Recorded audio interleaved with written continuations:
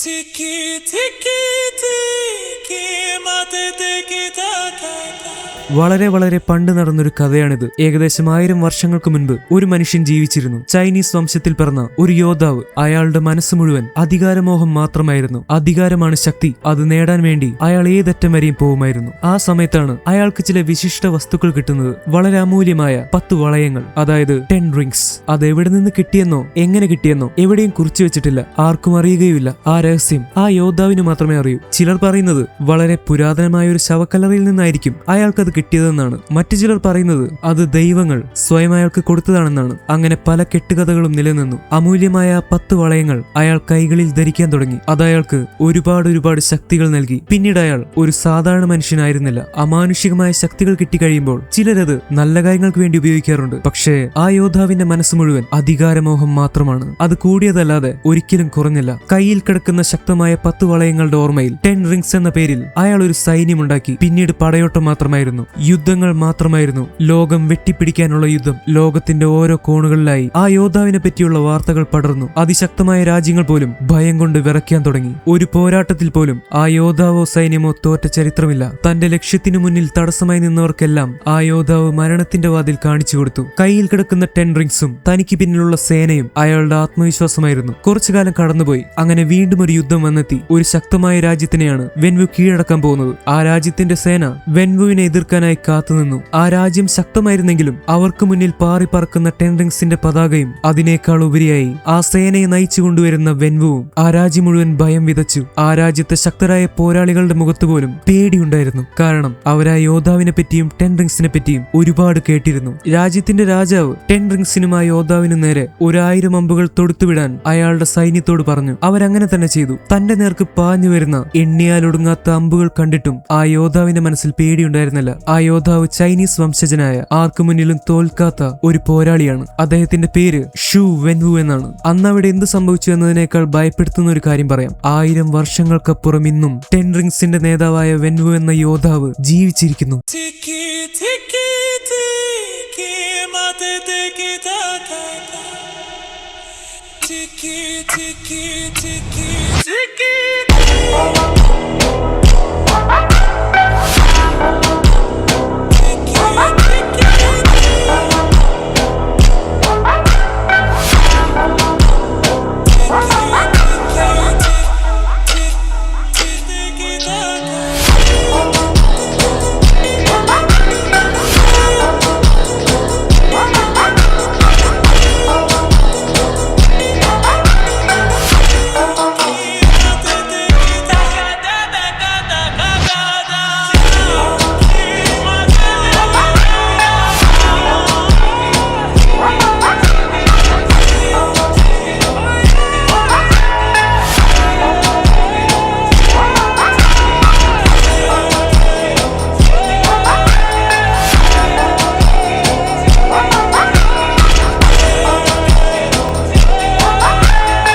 Hello friends,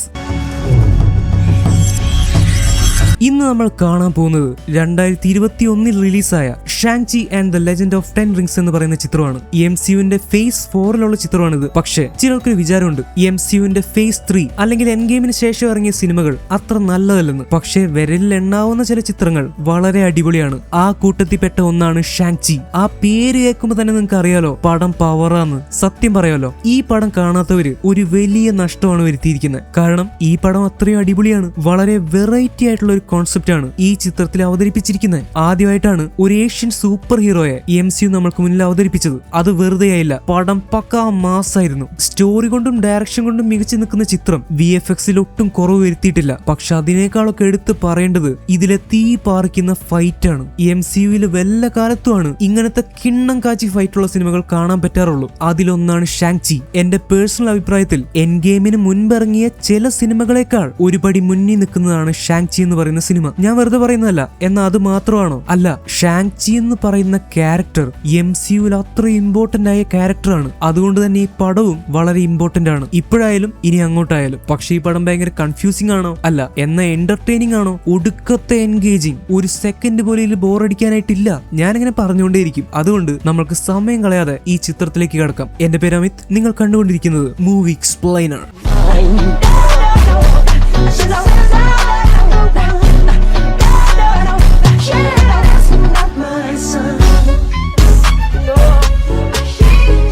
അപ്പോൾ കഥയുടെ തുടക്കത്തിൽ നമ്മൾ കണ്ടത് ഒരു ചൈനീസ് യോദ്ധാവായിട്ടുള്ള ഷു വെൻവു എന്ന് പറയുന്ന ആളുടെ അധികാരത്തിന് വേണ്ടിയുള്ള പടയോട്ടങ്ങളാണ്. ഈ കഥ നടക്കുന്നത് ഇന്നേക്ക് 1000 വർഷങ്ങൾ മുൻപാണ്. നമ്മൾ കണ്ടതുപോലെ വെൻവുവിന് ഒരുപാട് പുരാതനമായ 10 വളയങ്ങൾ അല്ലെങ്കിൽ 10 റിങ്സ് കിട്ടുകയാണ്. ഈ മാജിക്കൽ ആയിട്ടുള്ള വസ്തുക്കൾ അയാൾക്ക് ഒരുപാട് ശക്തികൾ നൽകി. അതിലൊന്നാണ് ഇമ്മോർട്ടാലിറ്റി അല്ലെങ്കിൽ മരണമില്ലാത്ത ജീവിതം. ഇദ്ദേഹത്തിന് മുറിവേൽക്കില്ലെന്നല്ല പറയുന്നത്, അസുഖങ്ങൾ വന്നോ അല്ലെങ്കിൽ വയസ്സായിട്ടുള്ള മരണം ഉണ്ടാവില്ല. അത് ഈ 10 റിങ്സ് അദ്ദേഹത്തിന് കൊടുത്ത ഒരു കഴിവാണ്. അത് പോരാതെ ഈ 10 റിങ്സ് ഉപയോഗിക്കുന്ന വെൻവുവിന് ഒരുപാടധികം പവറുകളും ഈ വസ്തുക്കൾ കൊടുത്തു. അയാൾ ഒരു ദൈവത്തെ പോലെയുള്ള മനുഷ്യനായിട്ട് മാറി. അയാളെ തോൽപ്പിക്കാൻ വേറെ ആരും ഉണ്ടായിരുന്നില്ല. കാരണം ഈ 10 റിങ്സിനെ മറികടന്ന് വെൻവുവിനെ തൊടുക എന്ന് പറയുന്നത് ഓൾമോസ്റ്റ് ഇമ്പോസിബിൾ ആയിട്ടുള്ള കാര്യമായിരുന്നു. പക്ഷെ ഒരു യോദ്ധാവിനാണ് ഈ 10 റിങ്സിനെ ഏറ്റവും നല്ല രീതിയിൽ ഉപയോഗിക്കാൻ സാധിക്കുക. വെൻവു ആണെങ്കിൽ ഒടുക്കത്തെ യോദ്ധാവുമായിരുന്നു. അതുകൊണ്ട് അയാൾ രാജ്യങ്ങൾ കീഴടക്കി മുന്നേറിക്കൊണ്ടേയിരുന്നു. അങ്ങനെ ഇരിക്കുകയാണ് നമ്മൾ കണ്ടതുപോലെ ഒരു ശക്തമായ രാജ്യത്തിന് മുന്നിലേക്ക് വെൻവുവും അയാൾ 10 റിങ്സ് എന്ന് പേരിട്ട സേനയും കൂടി വരുന്നത്. ആ രാജ്യത്തെ രാജാവും ആളുകളും വെൻവുവിനെ എതിർക്കാൻ ഒരുപാട് ശ്രമിച്ചു. പക്ഷെ വെൻവു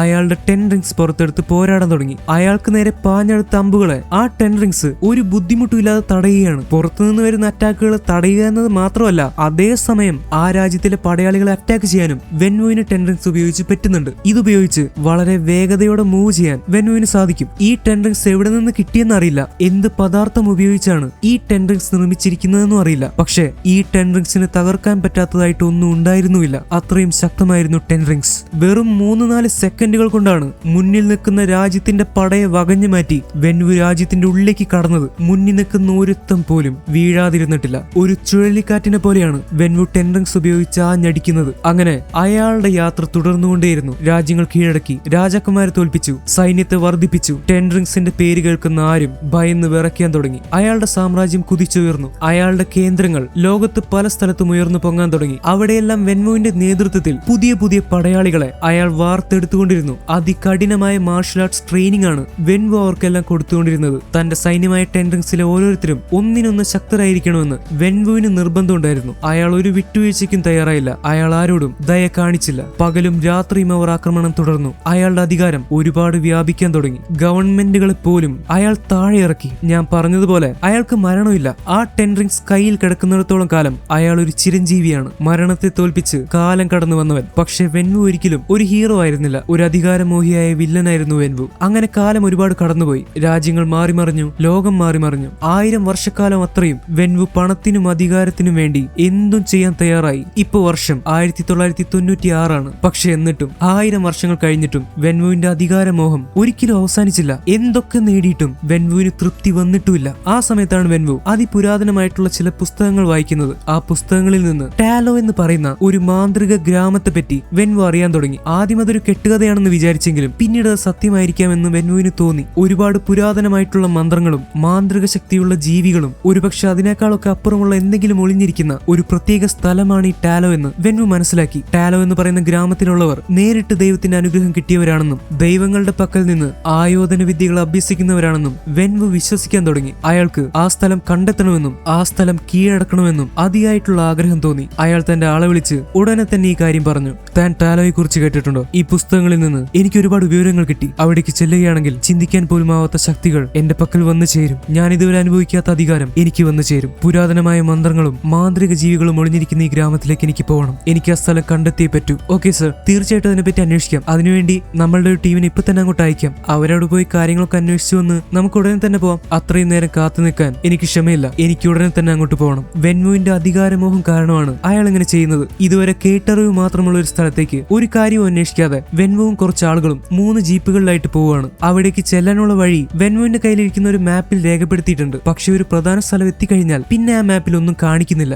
ഇപ്പൊ അവരെല്ലാവരും കൂടി മുളകൾ തിങ്ങി നിറഞ്ഞ ഒരു കാട്ടിലൂടെയാണ് പോകുന്നത്. പക്ഷെ മുന്നോട്ട് പോകുന്തോറും വളരെ വിചിത്രമായിട്ടുള്ള ഒരു കാര്യം സംഭവിക്കാൻ തുടങ്ങി. ആ കാട് മുഴുവൻ ഇളകി മറിയാൻ തുടങ്ങി. ടാലോ എന്ന് പറയുന്ന മാന്ത്രിക ഗ്രാമത്തിലേക്ക് കടക്കുന്നത് അത്ര എളുപ്പമുള്ള കാര്യമായിരുന്നില്ല. ഏതെങ്കിലും ഒരാൾക്ക് വെറുതെ അങ്ങോട്ട് കടക്കാനും പറ്റില്ല. അതിന് ശ്രമിക്കുകയാണെങ്കിൽ ഈ കാട്ടിലെ മരങ്ങളെല്ലാം കൂടി അവിടേക്ക് കടക്കാൻ ശ്രമിക്കുന്നവരെ കൊന്നുകളയും. അത് തന്നെയാണ് അപ്പോഴും സംഭവിച്ചത്. ആ കാട്ടിലെ മുളകളെല്ലാം കൂടി അവരിലേക്ക് അടുത്തു വരാൻ തുടങ്ങി. നിമിഷങ്ങൾക്കകം ആ മരങ്ങൾ അവരെ എല്ലാവരെയും ഞെരിച്ചു കളയും. കൂടെ വന്ന 2 ജീപ്പുകൾ അതിൽ പെട്ടുകഴിഞ്ഞു. ഇപ്പോൾ ആ മരങ്ങൾ ലക്ഷ്യം വെക്കുന്നത് വെൻവുവിന്റെ ജീപ്പിനെയാണ്. പെട്ടെന്ന് രക്ഷപ്പെടാൻ വേണ്ടി ജീപ്പ് ഓടിക്കുന്ന ആൾ അയാളുടെ വണ്ടി കാടിന്റെ പുറത്തേക്ക് തിരിച്ചുകൊണ്ട് പോവാണ്. പക്ഷെ തൊട്ടപ്പുറത്ത് ഒരു അഗാധമായ ഗർത്തമായിരുന്നു. ജീപ്പ് നേരെ അങ്ങോട്ട് മറിയാൻ തുടങ്ങി. വെൻവുവിന്റെ കയ്യിൽ 10 റിങ്സ് ഉള്ളത് കൊണ്ട് മാത്രം അയാൾ അതുപയോഗിച്ച് പുറത്തേക്ക് ചാടി രക്ഷപ്പെട്ടു. പക്ഷെ വെൻവുവിന്റെ കൂടെ വന്നിരുന്ന വന്നിരുന്നവരൊക്കെ ടാലോ കണ്ടെത്താനുള്ള ശ്രമത്തിനിടയിൽ മരിച്ചിരിക്കുന്നു. ഇപ്പൊ വെൻവു ഒറ്റയ്ക്കാണ്. അയാൾ തിരിച്ചു പോകാൻ തയ്യാറായില്ല. അയാൾക്ക് കീഴടക്കാൻ ഇനി ഈ ലോകത്ത് പണമോ അധികാരമോ ബാക്കിയില്ല. അതുകൊണ്ട് ഇനി അയാൾക്ക് വേണ്ടത് അതിനേക്കാളൊക്കെ മുകളിലുള്ള ചിലതാണ്. അയാൾ പതുക്കെ ആ കാട്ടിലൂടെ മുന്നോട്ട് നടക്കാൻ തുടങ്ങി.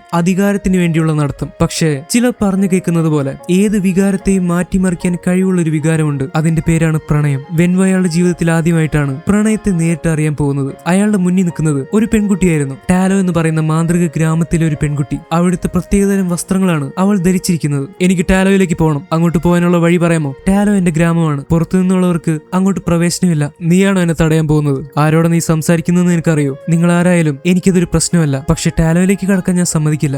ജീവനിൽ കൊതിയുണ്ടെങ്കിൽ ഇവിടുന്ന് തിരിച്ചു പോകണം. പക്ഷെ വെൻവുവിന് ജീവിതത്തിൽ കൊതിയുണ്ടായിരുന്നില്ല. അധികാരത്തിനോട് മാത്രമായിരുന്നു കൊതി. അയാളുടെ കയ്യിൽ 10 റിങ്സ് ആണ് കിടക്കുന്നത്. പിന്നെ എന്തിനു പേടിക്കണം? വെൻവു മുന്നിൽ നിൽക്കുന്ന പെൺകുട്ടിയോട് പോരാടാൻ തന്നെ തീരുമാനിച്ചു. പക്ഷെ ഒരു പ്രശ്നമുണ്ട്. ലവ് അറ്റ് ഫസ്റ്റ് നൈറ്റ് എന്നൊക്കെ പറയില്ലേ? I mean love at first sight. ആദ്യത്തെ കാഴ്ചയിലുള്ള പ്രണയം. അതുപോലെ ഇത് ലവ് അറ്റ് ഫസ്റ്റ് ഫൈറ്റ് ആയിരുന്നു. ആദ്യത്തെ പോരാട്ടത്തിലുള്ള പ്രണയം. തന്നെക്കാൾ പോരാട്ട വീര്യം തോന്നിയ ആ പെൺകുട്ടിയോട് വെൻവുവിന് പ്രണയം തോന്നി. തന്റെ കൂടെ പോരാടിയ ധൈര്യവാനായ വെൻവുവിനോട് ആ പെൺകുട്ടിക്കും പ്രണയം തോന്നി. അതൊരു പോരാട്ടമായിരുന്നില്ല, അത് പ്രണയമായിരുന്നു.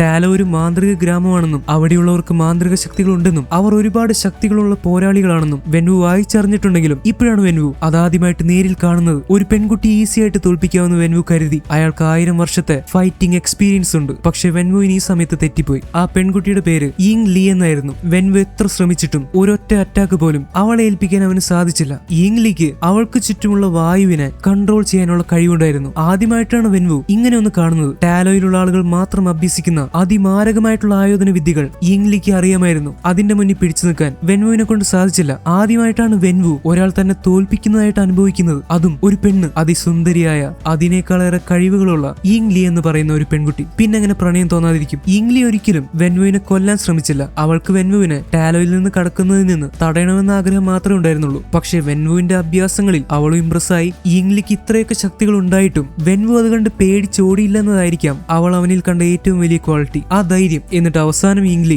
വെൻവു ഒട്ടും പ്രതീക്ഷിക്കാത്തൊരു കാര്യം ചെയ്യുന്നുണ്ട്. അതാണ് വെൻവുവിനെ ഏറ്റവും തകർത്തതും അത്ഭുതപ്പെടുത്തിയതും അവളിൽ ഇംപ്രസ് ആക്കിയതും. യിങ് ലിയെ അറ്റാക്ക് ചെയ്യാൻ വേണ്ടി വെൻവു അവൾക്ക് നേരെ അയച്ച 10 റിങ്സിന് യിങ് ലി കൺട്രോൾ ചെയ്യാൻ തുടങ്ങി. വെൻവു 10 റിങ്സ് ഉപയോഗിക്കുമ്പോൾ അതിന്റെ ചുറ്റും ഒരു നീല നിറമാണ് കാണാൻ പറ്റുന്നത്. പക്ഷെ എപ്പോഴാണോ യിങ് ലി അത് ഉപയോഗിക്കാൻ തുടങ്ങുന്നത്, അതിനെ കൺട്രോൾ ചെയ്യാൻ തുടങ്ങുന്നത്, അതോടെ 10 റിങ്സിന്റെ നിറം പോലും മാറുകയാണ്. അതിന് ചുറ്റും ഓറഞ്ച് നിറമായി മാറി. ഇത് ഉപയോഗിക്കുന്ന ആളുകളുടെ എനർജിയിലുള്ള വ്യത്യാസമായിരിക്കും ഇതിന്റെ കാരണം. ഈ സമയത്ത് നിങ്ങൾ മനസ്സിലാക്കേണ്ട ഒരു കാര്യമുണ്ട്. ഈ ടാലോ എന്ന് പറയുന്ന മാന്ത്രിക ഗ്രാമം മറ്റൊരു ഡയമെൻഷനാണ്. ഞാൻ എപ്പോഴും പറയാറുള്ളത് പോലെ ഒരു ഡയമെൻഷനിലേക്ക് സാധാരണ രീതികളിൽ കൂടെ നമ്മൾക്ക് ട്രാവൽ ചെയ്തെത്താൻ പറ്റില്ല. അതിനേതെങ്കിലുമൊക്കെ പ്രത്യേക വഴികൾ വേണ്ടിവരും. അതുപോലെയുള്ള ഒരു സ്ഥലമാണ് ടാലോ എന്ന് പറയുന്ന ഗ്രാമം. മറ്റൊരു ഡയമെൻഷൻ ആയതുകൊണ്ട് തന്നെ അവിടുത്തെ physical and chemical rules, gravity, time, മനുഷ്യർ, അവരുടെ രീതികൾ, ഇതിലൊക്കെ വ്യത്യാസം ഉണ്ടാവും. അവിടെയുള്ളവർക്ക് മാജിക്കൽ പവറും ഉണ്ട്. സോ യിങ് ലി 10 റിങ്സിനെ അവളുടെ കൺട്രോളിലാക്കി കഴിയുമ്പോൾ അവളുടെ ശരീരത്തിലുള്ള ടാലോയിലെ പ്രത്യേക മാജിക്കൽ പവർ കാരണമായിരിക്കാം അതിന്റെ നിറം മാറുന്നത്. പക്ഷെ ഈ 10 റിങ്സ് എന്ന് പറയുന്നത് അത് ഉപയോഗിക്കുന്ന മനുഷ്യന്റെ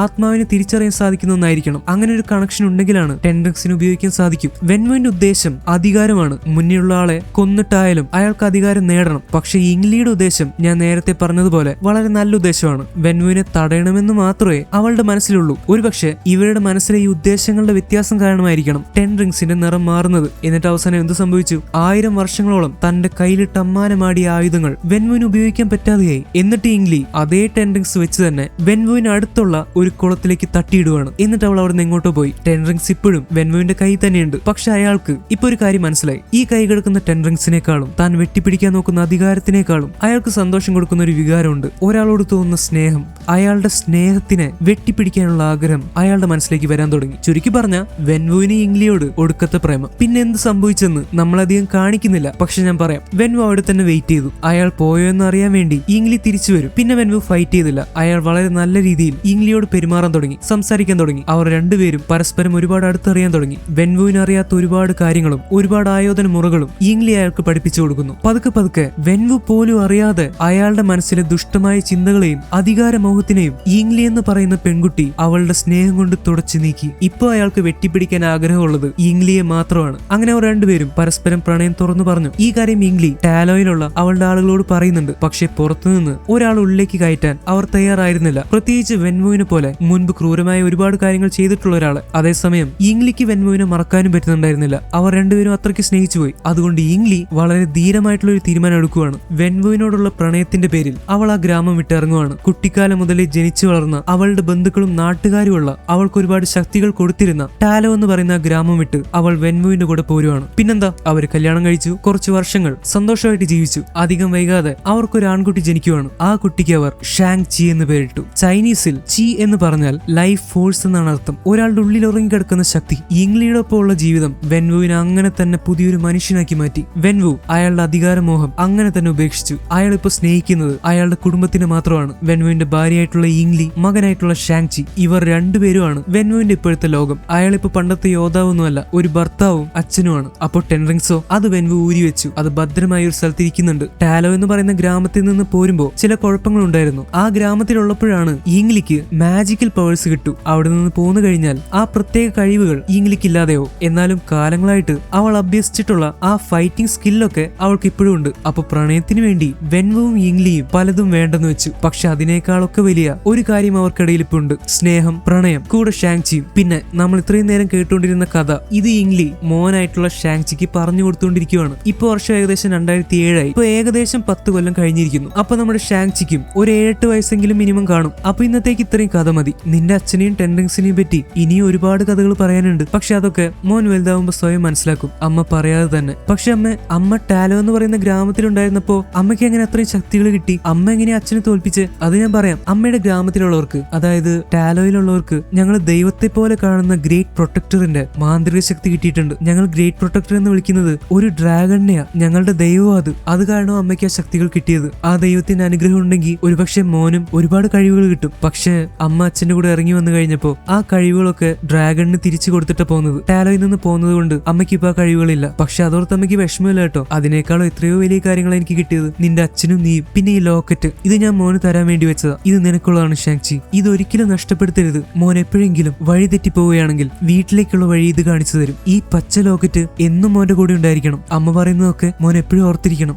എന്തായാലും ഷാങ് ചിക്ക് ഒരുപാട് സന്തോഷമായി. അമ്മ പറഞ്ഞതുപോലെ ടാലോയിലുള്ളവരുടെ ദൈവമായിട്ടുള്ള ദ ഗ്രേറ്റ് പ്രൊട്ടക്ടർ എന്ന് പറയുന്ന ഡ്രാഗണിനെ ഷാങ് ചിക്ക് അറിയാൻ സാധിച്ചു. ആ ഡ്രാഗണിന്റെ രൂപത്തിലുള്ള ചെറിയൊരു കളിപ്പാട്ടവും അമ്മ അവനുണ്ടാക്കി കൊടുത്തു. അതിന്റെ കൂടെ ഒരു പ്രത്യേക ലോക്കറ്റും അമ്മ ഷാങ് ചിക്ക് കൊടുക്കുന്നുണ്ട്. പക്ഷെ പെട്ടെന്ന് സീൻ ചേഞ്ച് ആവുകയാണ്. ഇപ്പൊ കഥ നടക്കുന്നത് പ്രസന്റ് ഡേയിലാണ്. അതായത് 2024 ഷാങ് ചി ഉറക്കത്തിൽ നിന്ന് ഞെട്ടി എഴുന്നേക്കുവാണ്. അവനിപ്പോ വലുതായി. അവന്റെ കഴുത്തിൽ ഇപ്പോഴും അമ്മ അവൻ ഇട്ടുകൊടുത്ത ആ പച്ച ലോക്കറ്റുള്ള മാല കിടക്കുന്നുണ്ട്. അവൻ എണീറ്റുടനെ അവിടെ ടേബിളിലിരിക്കുന്ന ഒരു കത്തെടുത്ത് നോക്കുന്നുണ്ട്. അതാരോ അവൻ അയച്ചിരിക്കുന്നതാണ്. ആ കത്തിൽ ഒരു ഡ്രാഗണിന്റെ പടവും വരച്ചിട്ടുണ്ട്. പക്ഷെ ആ കത്തിലുള്ളത് എന്തോ ടെൻഷനുള്ള കാര്യമാണെന്നാണ് തോന്നുന്നത്. എന്തായാലും അവൻ പെട്ടെന്ന് എണീറ്റ് നേരെ കയറി ഇങ്ങോട്ട് പുഷപ്പ് ചെയ്യാൻ തുടങ്ങി. സോ ഒരു ഹെൽത്തി കുട്ടനാണ് ഇവൻ എന്ന് എണീറ്റ് ഉടനെ ഇങ്ങനെ ചാടി കയറി പുഷപ്പ് ചെയ്യും. ഇപ്പൊ ഇവൻ നിൽക്കുന്ന സ്ഥലം ചൈനയല്ല, ഇത് യുണൈറ്റഡ് സ്റ്റേറ്റ്സ് ഓഫ് അമേരിക്കയാണ്. അമേരിക്കയിലെ കാലിഫോർണിയയിലുള്ള സാൻ ഫ്രാൻസിസ്കോ എന്ന് പറയുന്ന നഗരം. അവിടെ എന്നത്തെയും പോലെ ജോലിക്ക് പോകാൻ വേണ്ടി അവൻ ഷർട്ടും പാന്റും ടൈയും ഒക്കെ ഇട്ട് റെഡി ആവുകയാണ്. ഒരു വലിയ ഹോട്ടലിന്റെ മുന്നിൽ കോടികൾ വില മതിക്കുന്ന ഒരു കാർ വന്ന് നിൽക്കുവാണ്.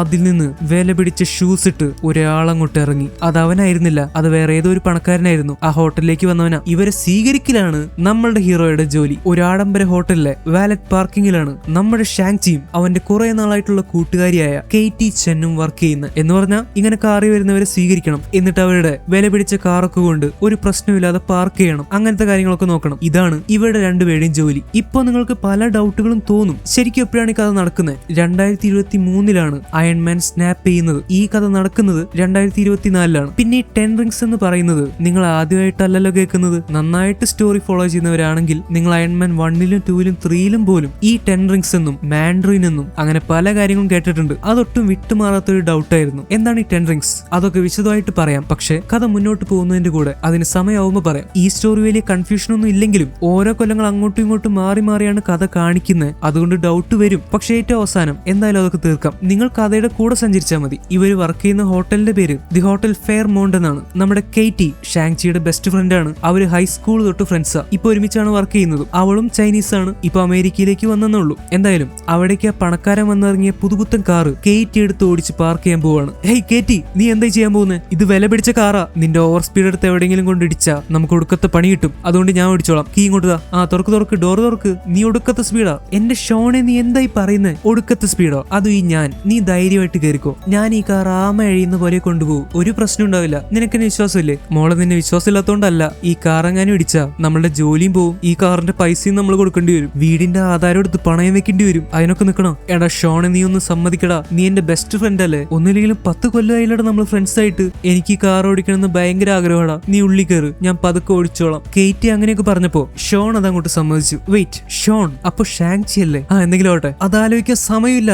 ഷോൺ പേടിച്ച പോലെ തന്നെ കെയ്റ്റി ഒരു കൺട്രോളും ഇല്ലാതെ ഓവർ സ്പീഡിലാണ് ആ കാർ ഓടിച്ചുകൊണ്ടിരിക്കുന്നത്. അടുത്തിരിക്കുന്ന ഷോണിന് വരെ പേടിയായി. അവൻ സീറ്റ് ബെൽറ്റ് അങ്ങോട്ട് മുറുക്കിയിടുവാണ്. കെയ്റ്റി ആണെങ്കിൽ ഭയങ്കര കൂളാ. കെയ്റ്റി കാർ കൊണ്ട് എവിടെയെങ്കിലും കയറ്റുമെന്നാണ് കൂടെ ഇരിക്കുന്ന ഷോണിന്റെ പേടി. അങ്ങനെ കെയ്റ്റി അതുകൊണ്ട് പാർക്ക് ചെയ്തു. ഭാഗ്യത്തിന് പ്രശ്നമൊന്നും ഉണ്ടായില്ല. ഇപ്പൊ ഷോണും കെയ്റ്റിയും കൂടി അവരുടെ 2 ഫ്രണ്ട്സ് ആയിട്ടുള്ള സൂവിനോടും ജോണിനോടും ഈ BMW കൊണ്ട് പാർക്ക് ചെയ്ത കഥ പറഞ്ഞുകൊണ്ടിരിക്കുകയാണ്. സൂവും ജോണും ഹസ്ബൻഡും വൈഫുമാണ്. സൂ ഒരു അഡ്വക്കേറ്റ് ആണ്. പക്ഷെ അവരുടെ രണ്ടുപേരുടെയും മുഖം കണ്ടാ അറിയാം ഷോണും കെയ്റ്റിയും പറയുന്ന കഥകളൊക്കെ അവർ വലിയ കാര്യമാക്കുന്നില്ല എന്ന്. അവർക്കത് ബോറിംഗ് ആയിട്ടും മെച്യൂരിറ്റി ഇല്ലാത്തതായിട്ടും തള്ളായിട്ടും ഒക്കെയാണ് തോന്നുന്നത്. കാരണം അവര് ഷോണിനേക്കാളും കെയ്റ്റിയേക്കാളും ഒക്കെ വളരെ നല്ല ജോലി ചെയ്യുന്ന കുറച്ച് സ്റ്റാറ്റസ് ഒക്കെ ഉള്ള ആൾക്കാരാണ്. ഇപ്പൊ ഷോൺ ആണെങ്കിൽ പണ്ട് ഹൈസ്കൂളിലെ കാര്യങ്ങൾ പറയാൻ തുടങ്ങി. ജോൺ, നിനക്കറിയോ ഞാൻ എങ്ങനെ കെയ്റ്റിയെ കണ്ടുമുട്ടിയെന്നറിയോ?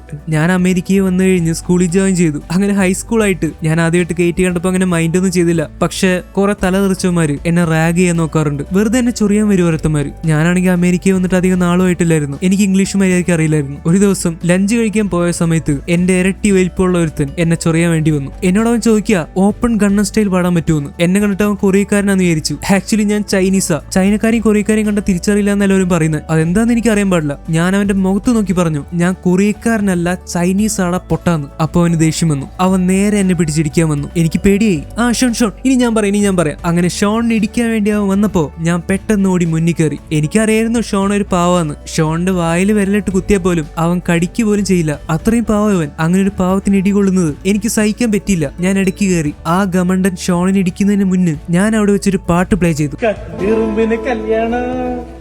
അതെന്തിന് ഈ പാട്ടൊക്കെ പ്ലേ ചെയ്ത്? അത് അവരുടെ ശ്രദ്ധ തെറ്റിക്കാൻ വേണ്ടി. അങ്ങനെ ശ്രദ്ധ തെറ്റിച്ച് ഞങ്ങൾ രണ്ടുപേരും കൂടി രക്ഷപ്പെട്ടു. അങ്ങനെ ഞങ്ങൾ പെട്ടെന്ന് ഓടിയിട്ട് കാറൊക്കെ പാർക്ക് ചെയ്തിരിക്കുന്ന ഏരിയക്ക് പോയി. അതെ, അപ്പോഴാണ് ഞാൻ അറിഞ്ഞ് കെയ്റ്റി ഒരു കാര്യം കൂടി ചെയ്തിട്ടുണ്ട്. ആ പാട്ട് വെച്ച് അവന്റെ ശ്രദ്ധ തെറ്റിച്ച് കഴിഞ്ഞിട്ട് അവന്റെ പോക്കറ്റിൽ നിന്ന് അവന്റെ കാറിന്റെ കീയും മോഷ്ടിച്ചിട്ടാ കെയ്റ്റി വന്ന്. എന്നിട്ട് ഞങ്ങൾ രണ്ടുപേരും കൂടി ആ കാറിൽ കയറി സിറ്റി കൂടെ കുറെ റൗണ്ട് അടിച്ചു. അങ്ങനെ ഞാനും കെയ്റ്റിയും ബെസ്റ്റ് ഫ്രണ്ട്സ് ആയി. ഇതൊന്നും ഞാൻ വെറുതെ പറയുന്നതല്ല ജോൺ. ദേ നിന്റെ വൈഫും ഉണ്ടായിരുന്നു ഞങ്ങളുടെ കൂടെ. ചോദിച്ചു നോക്ക്. മോളെ, അങ്ങനെയൊക്കെ ഉണ്ടായിട്ടുണ്ടോ? എന്റെ പൊന്നു മനുഷ്യ, ഞാൻ അവരുടെ കൂടെ ബാക്ക് സീറ്റിൽ ഇരുന്നെന്നുള്ളൂ, അല്ലാതെ ഞാൻ പ്രശ്നത്തിനൊന്നും പോറില്ല. എന്നാലും നീ കാറിൽ തന്നെ ഉണ്ടായിരുന്നല്ലോ, അതുപോലെ. നീ ഇത്രയും നാളായിട്ട് ഇതിനോട് പറഞ്ഞിട്ടില്ലല്ലോ. എടാ മോനെ ജോണ്, നിന്റെ ഈ വൈഫ് ഉണ്ടല്ലോ, അവൾ ഇപ്പൊ വക്കീലായിരിക്കും. പക്ഷെ പണ്ട് അവള് ഞങ്ങളുടെ പോലെ തലതെറിച്ച് നടന്നൊരുത്തിയായിരുന്നു. ഇപ്പോഴല്ലേ അവള് ഡീസന്റ് ആയത്. അതെ കേറ്റി, ഞാൻ ഡീസന്റ് ആയി. കാരണം എനിക്ക് പക്വത വെച്ചു. അതെല്ലാവർക്കും ഉണ്ടാവണമെന്നില്ല. പക്കാവടയോ? അതെന്താ പക്കാവടയല്ല, പക്വത. I mean maturity. എന്ന് വെച്ചാൽ ലൈഫിൽ ഓരോ സമയത്തും നമ്മളുടെ മൈൻഡ് മാറും. പണ്ട് നമുക്ക് കുട്ടികളി ഉണ്ടായിരുന്നു എന്ന് വെച്ച് ഇപ്പോഴത്തെ നമ്മുടെ വയസ്സിൽ അങ്ങനെ കുട്ടികളി കളിച്ച് നടക്കാൻ പറ്റുമോ? അതുകൊണ്ട് നിങ്ങൾ ഇങ്ങനെ വെറുതെ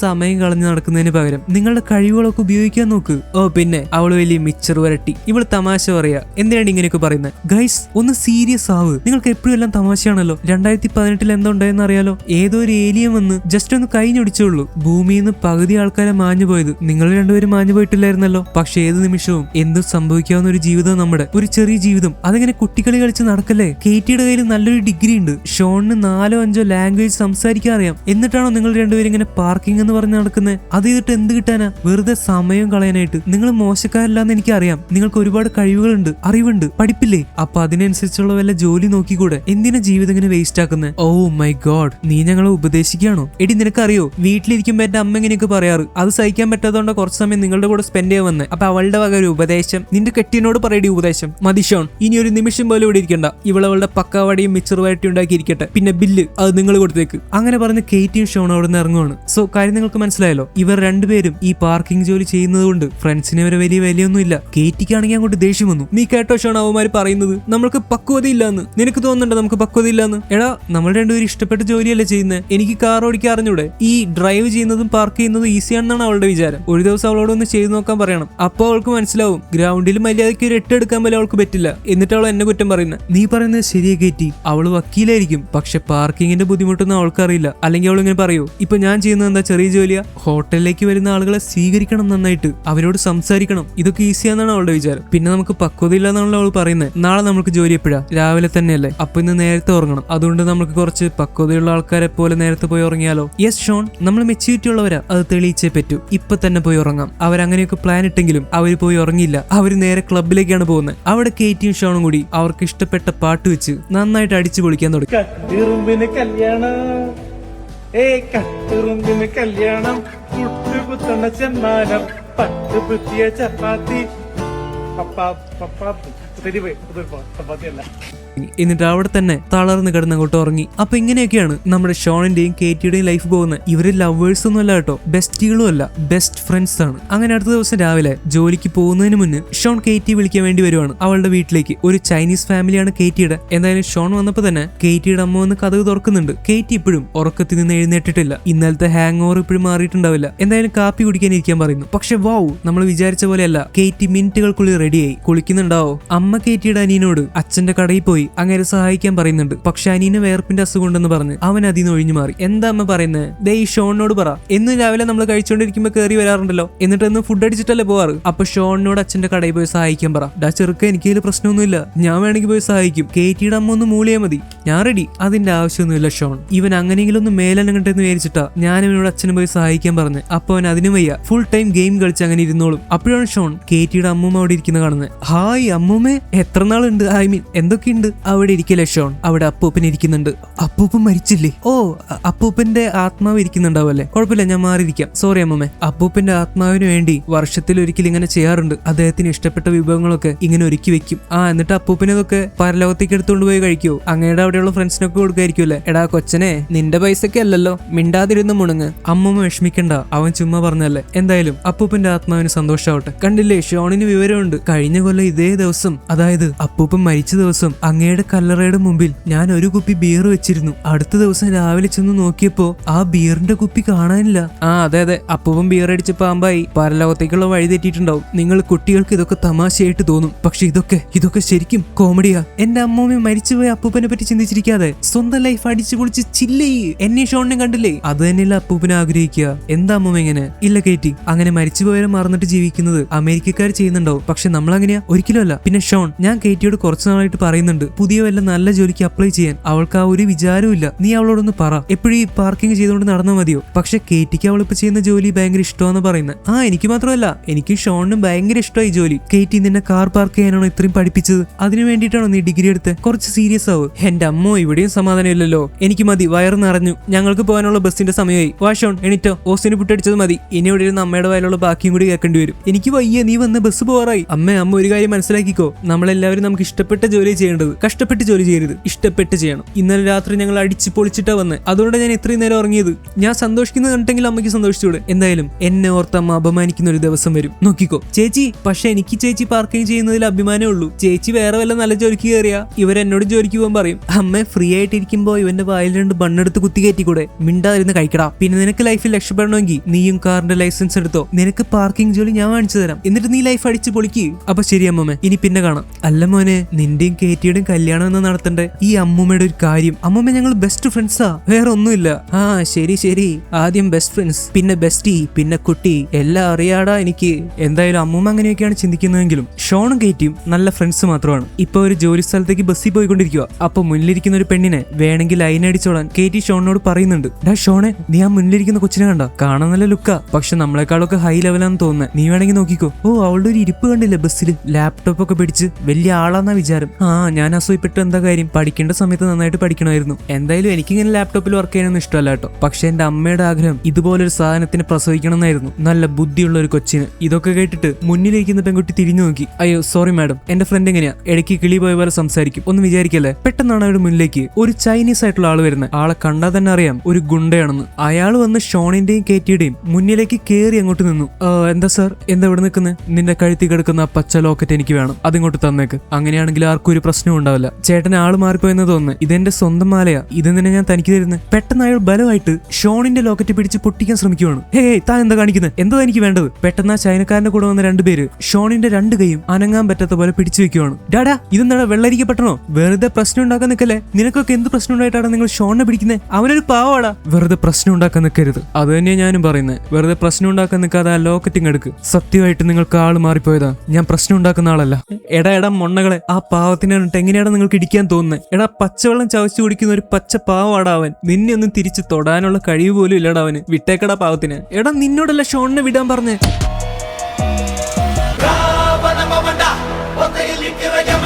ഒരു മിനിറ്റ്, എന്താ ഇപ്പൊ തന്നെ ഉണ്ടായ? നീ ഇവരെയൊക്കെ അടിച്ചാ ഷോൺ? എനിക്കൊന്നും മനസ്സിലായില്ല. ഞാനൊന്ന് സ്ലോ മോഷനിൽ ആലോചിച്ച് നോക്കട്ടെ.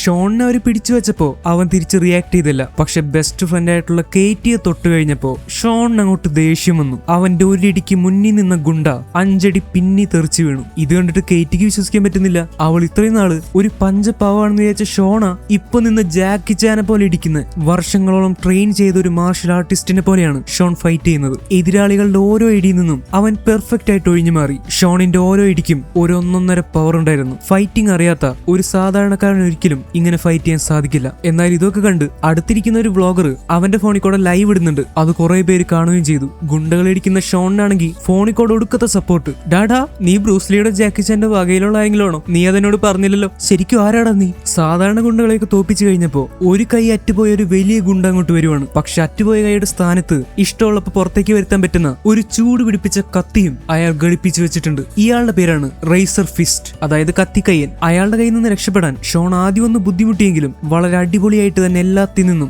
ഷോൺ ഒഴിഞ്ഞു മാറി. ഈ സമയത്ത് ബസ്സിന്റെ കൺട്രോൾ പോവാണ്. നേരത്തെ കണ്ട പെൺകുട്ടിയുടെ ലാപ്ടോപ്പ് എടുത്ത് ഷോൺ റേസർ ഫിസ്റ്റിനെ തടയാൻ നോക്കുന്നുണ്ട്. അയാളുടെ ഒരു വെട്ടിന് ലാപ്ടോപ്പ് തന്നെ പകുതിയായിട്ട് മുറിഞ്ഞുപോയി. ആ പെണ്ണിനോട് സോറി പറഞ്ഞ് ഷോൺ ലാപ്ടോപ്പ് തിരിച്ചു കൊടുത്തു. ബസ്സിന്റെ കൺട്രോൾ പോകാൻ തുടങ്ങിയതോടെ സ്റ്റിയറിംഗിൽ തലയിടിച്ച് ഡ്രൈവറുടെ ബോധം പോയി. അയാൾ കൊഴിഞ്ഞു വീണതോടെ ബസ്സിന്റെ കൺട്രോളും പോയി. പക്ഷെ ബസ്സിൽ ആരാ ഉള്ളത്? നമ്മളുടെ കേറ്റി.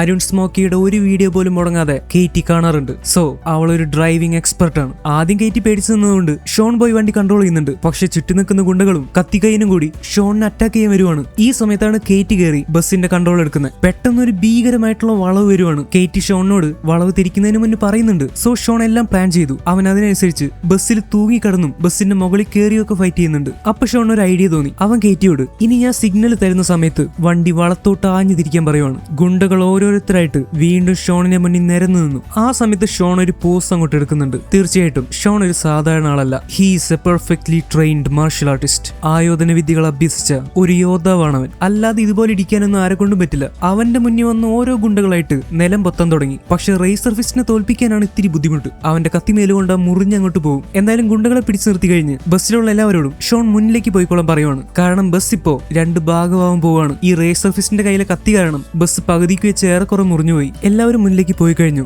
ഷോൺ ബസ് വളയ്ക്കാൻ വേണ്ടി ഒരു നല്ല അവസരത്തിനായി കാത്തു നിൽക്കുവാണ്. ഈ സമയത്താണ് റേസർ ഫിസ്റ്റ് ഒരു കാര്യം പറയുന്നത്. നീ ആരാന്ന് എനിക്കറിയാം, ഞങ്ങൾക്ക് എല്ലാവർക്കും അറിയാം. ഞങ്ങൾ തേടി വന്നത് നിന്നെ മാത്രമല്ല, നിന്റെ അനിയത്തിയുടെ അടുത്തേക്കും ഞങ്ങൾ ഉടനെ തന്നെ പോകുന്നുണ്ട്. നിന്നെ കൊണ്ട് ചെയ്യാൻ പറ്റുന്നത് ചെയ്യ്. ഷോണിന് പെട്ടെന്ന് മനസ്സിലായില്ല. പക്ഷെ അപ്പോഴേക്കും അവൻ കരുതിയിരുന്ന മൊമെന്റ് എത്തി. അവൻ പെട്ടെന്ന് കേറ്റിക്ക് ഒരു സിഗ്നൽ കൊടുക്കുവാണ്. കേറ്റി പെട്ടെന്ന് വണ്ടി വലത്തോട്ട് അങ്ങോട്ട് വളച്ചു. പെട്ടെന്ന് വളച്ചപ്പോ ബസിന്റെ പകുതിക്ക് വെച്ച് മുറിയാറായിരിക്കുന്ന ഭാഗം അങ്ങോട്ട് മുറിഞ്ഞു പോവാണ്. ഈ സമയത്ത് ഷോൺ റേസർ ഫിസ്റ്റിന്റെ മേലെ ചവിട്ടി ബസിന്റെ ഫ്രണ്ടിലേക്ക് ചാടി വീണു. അപ്പൊ ബാക്കിലെ ഭാഗവും ഗുണ്ടകളും നേരെ പിന്നിലേക്ക് പോയി. പക്ഷെ അപ്പോഴാണ് അടുത്ത പണി. ഈ ബസിന്റെ മുന്നിലായിട്ട് ഒരു വലിയ ഇറക്കമാണ്. നേരെ പോയിക്കൊണ്ടിരുന്ന വെള്ളത്തിലേക്ക് പോയി അങ്ങോട്ട് വീഴും. അതുകൊണ്ട് എല്ലാവരോടും മുറുകെ പിടിച്ചിരുന്നോളം പറഞ്ഞിട്ട് കേറ്റി ഒരു സാഹസം അങ്ങോട്ട് കാണിക്കുവാണ്. അവൾ അവിടെ അടുത്ത് നിൽക്കുന്ന കുറെ വില പിടിച്ച കാറുകളുടെ മുകളിലേക്ക് ഈ ബസ് അങ്ങോട്ട് ഇടിച്ചു കയറ്റി. ബസിന്റെ അടിയിൽപ്പെട്ട വണ്ടികളൊക്കെ ചതഞ്ഞുപോയി. അങ്ങനെ കുറച്ച് കഴിഞ്ഞിട്ട് അവരുടെ ബസ് അങ്ങോട്ട് നിന്നു. അപ്പോഴാണ് എല്ലാവർക്കും സമാധാനമായത്. നീ എവിടുന്ന മോളെ ലൈസൻസ് എടുത്തത്?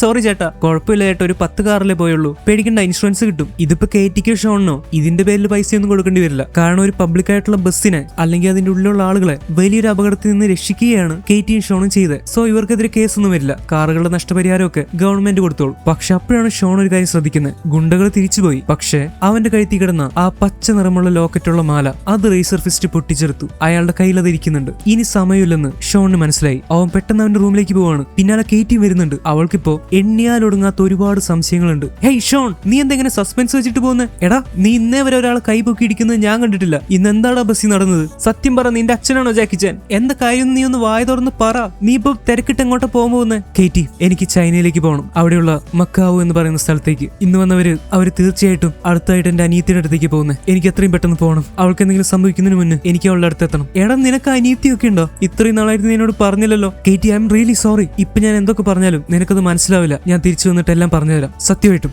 അങ്ങനെ നീ ഇപ്പൊ പോകണ്ട. നീ എല്ലാം പറഞ്ഞിട്ട് പോയാൽ മതി. ഒന്നുമില്ലെങ്കിൽ നിന്റെ ബെസ്റ്റ് ഫ്രണ്ട് അല്ലടാ ഞാൻ. നീ അതൊക്കെ അവിടെ വെച്ചേ. അപ്പൊ നിനക്ക് എന്നോട് പറയാത്ത കുറെ സീക്രട്ട് ഒക്കെ ഉണ്ടല്ലേ? നന്നായിടാ, ഇങ്ങനെ തന്നെ ചെയ്യണം. നിന്നോട് ഞാൻ ഇതുവരെ ഒന്നും കുത്തി ചോദിച്ചിട്ടില്ല. പക്ഷെ ഇപ്പൊ ഞാൻ ചോദിക്കുക, ശരിക്കും നീ ആരാ? ഏതാ കയ്യിൽ കുത്തി കയറ്റിയവൻ? അവന്റെ ഒരു വെട്ടിന് ബസ് 2 പീസായി. ഇതൊന്നും ഞാൻ കണ്ടിട്ടേ ഇല്ല. ആരാ ഷോൺ നീ? ആ സമയത്താണ് ഷോൺ അവിടെ ഇരുന്നൊരു കത്തെടുത്ത് കേറ്റിക്ക് കാണിച്ചു കൊടുക്കുന്നത്. ഇതേ കത്താണ് നേരത്തെ ഷാങ്ചി ഉറക്കു വേണ്ട സമയത്ത് അവനെടുത്ത് നോക്കിയത്. ആ ഡ്രാഗണിന്റെ പടമുള്ള കത്ത്. കേറ്റി, കുറച്ച് മാസങ്ങൾക്ക് മുന്നേ എനിക്ക് എന്റെ അനിയത്തി അയച്ചൊരു കത്തായത്. ഇതിൽ അവളുടെ അഡ്രസ് ഉണ്ട്.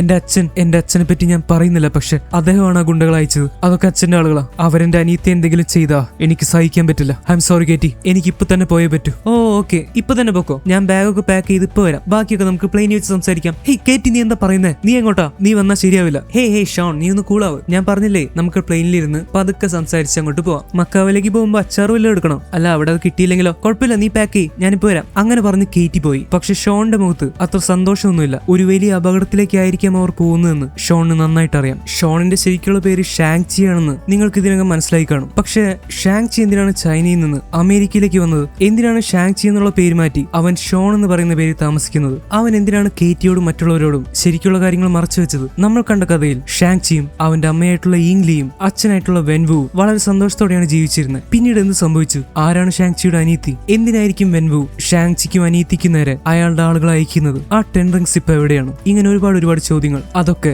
നമുക്ക് അടുത്ത വീഡിയോകളിൽ മനസ്സിലാക്കാം. ഇന്നത്തെ വീഡിയോയുടെ ലെങ്ത് കുറവാണ്. പക്ഷേ വീഡിയോ ബ്ലോക്കായി പോവാതെ കാണാൻ പറ്റണമെങ്കിൽ ഇടയ്ക്ക് ഇങ്ങനെയൊക്കെ ചെയ്യേണ്ടതായിട്ട് വരും. എന്ന് വെച്ചാൽ അടുത്ത പാർട്ടിന് ഒരുപാട് ദിവസമൊന്നും എടുക്കില്ല. ഞായറാഴ്ച വരെ ഒന്ന് പ്രതീക്ഷിക്കുന്നു. അപ്പൊ അടുത്ത വീഡിയോ കാണുന്നവരെ once again it's me Amit signing out.